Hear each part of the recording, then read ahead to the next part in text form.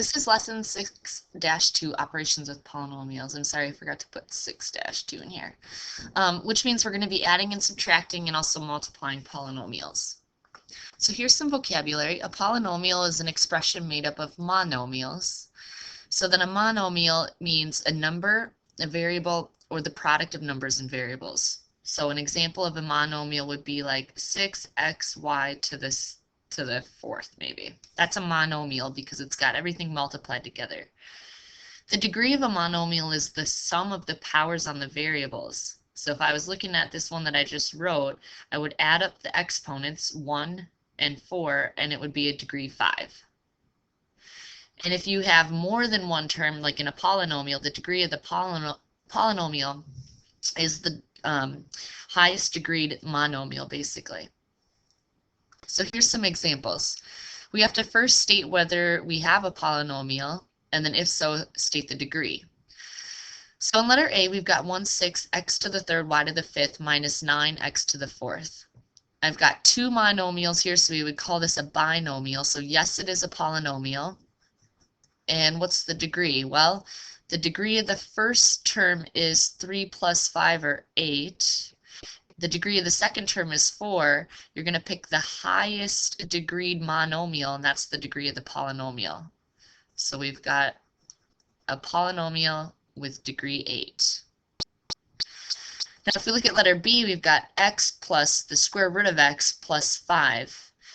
This one is not a polynomial because of this middle term right here. You can't have the square root of a variable.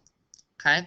All of the powers on the variables have to be positive, and so we can't do anything with roots. And so this one is not a polynomial, therefore we don't have to state the degree. Letter C, we've got x divided by y plus 3x squared. This one is also not a polynomial, and here's why. You can't have a variable in the bottom of a fraction in the denominator. This y really has a negative exponent on it. If you think about it, it's y to the negative first, and we can't have negative exponents on any variables in order to be a polynomial. So because we're dividing by y, this is not a polynomial. So basically we want to be seeing just numbers or letters, basically nothing else that's goofy. Okay. All right, so letter D, the last one here, we've got x to the fifth y plus 9x to the fourth y to the third minus 2xy. There's nothing funky about this one, so yes, it is a polynomial. There's 3 terms, or 3 monomials, so we need to find the degree. Well, the degree of the first term is 6. I'm going to add up the exponents, 5 and 1, the degree is 6. The degree of the middle term is 4 plus 3, or 7, and the degree of the last term is 2. 1 plus 1 is 2. The degree of the polynomial is the highest degree on the monomials, and so this polynomial is degree 7.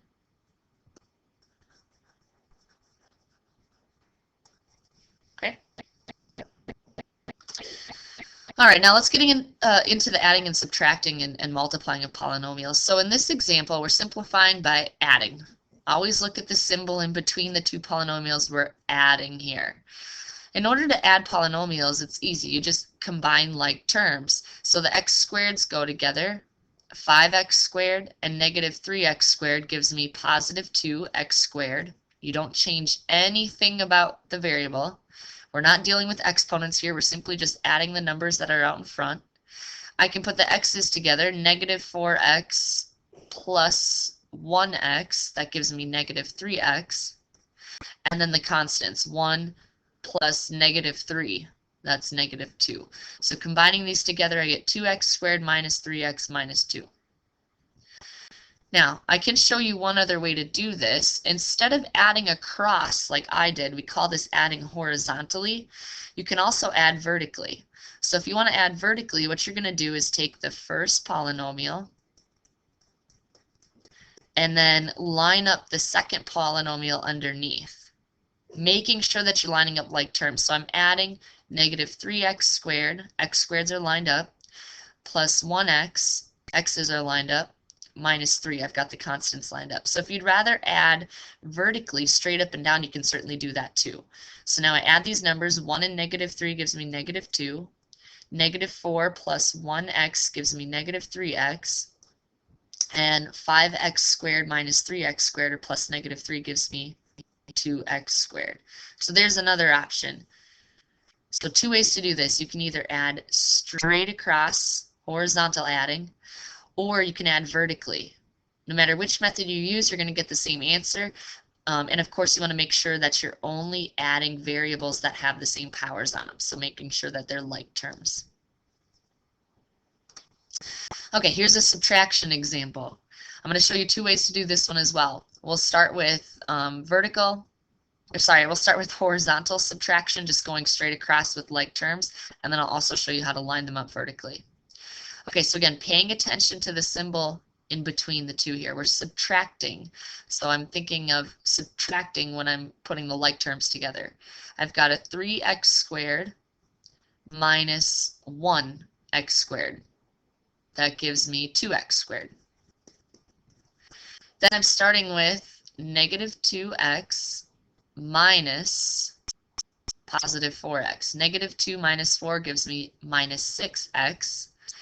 And then I've got 3 minus negative 2. Well, that's a double negative. 3 minus negative 2 gives me positive 5.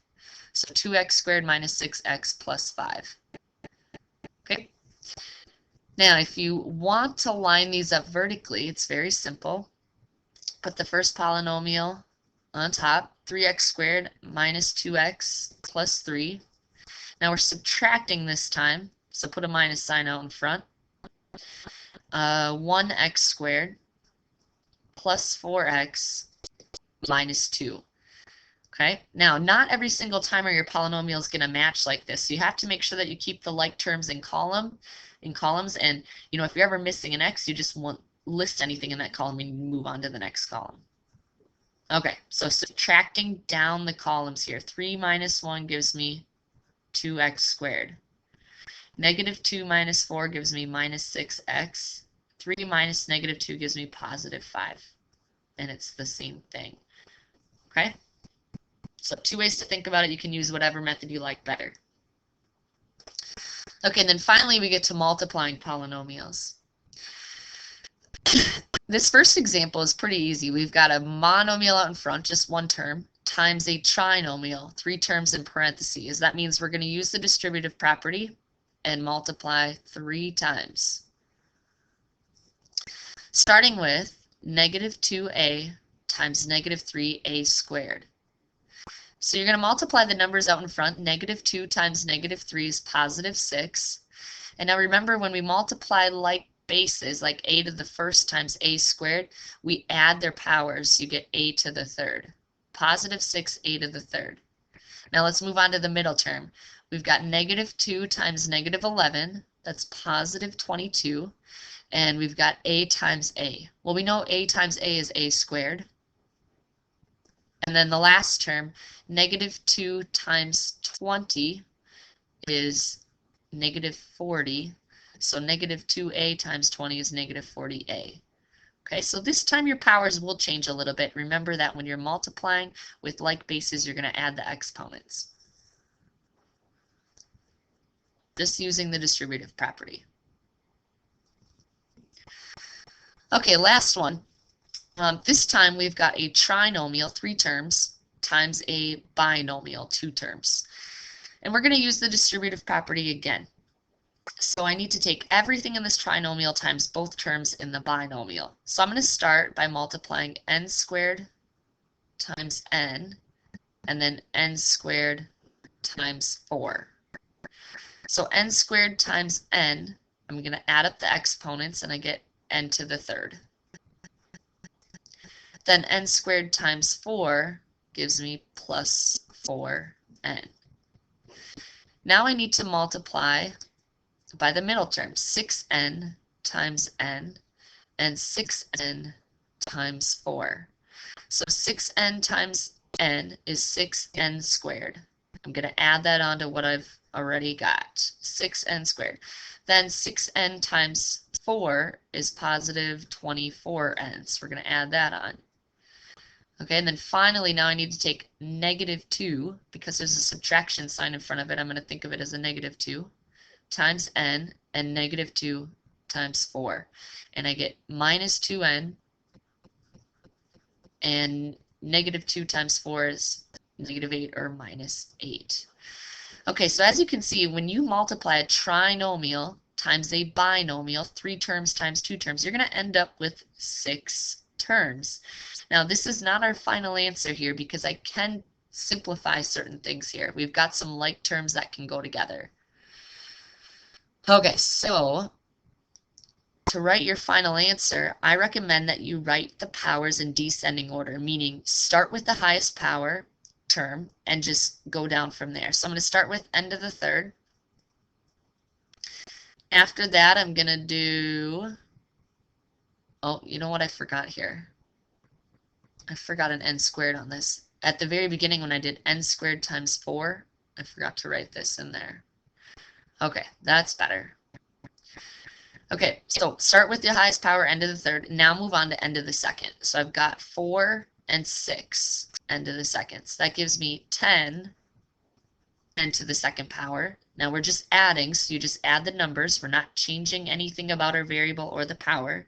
So 4 plus 6 gives me 10n squared. Now I'm going to put the n's together. 24 minus 2 gives me 22n, and then I've got minus 8. So n to the third plus 10n squared, 22n minus 8.